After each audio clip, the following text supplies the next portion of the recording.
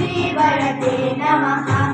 सुखं देहि जयं देहि यशो देहि दिशो देहि महिषासुरनिर्नाशि भक्तानां सुखदे नमः।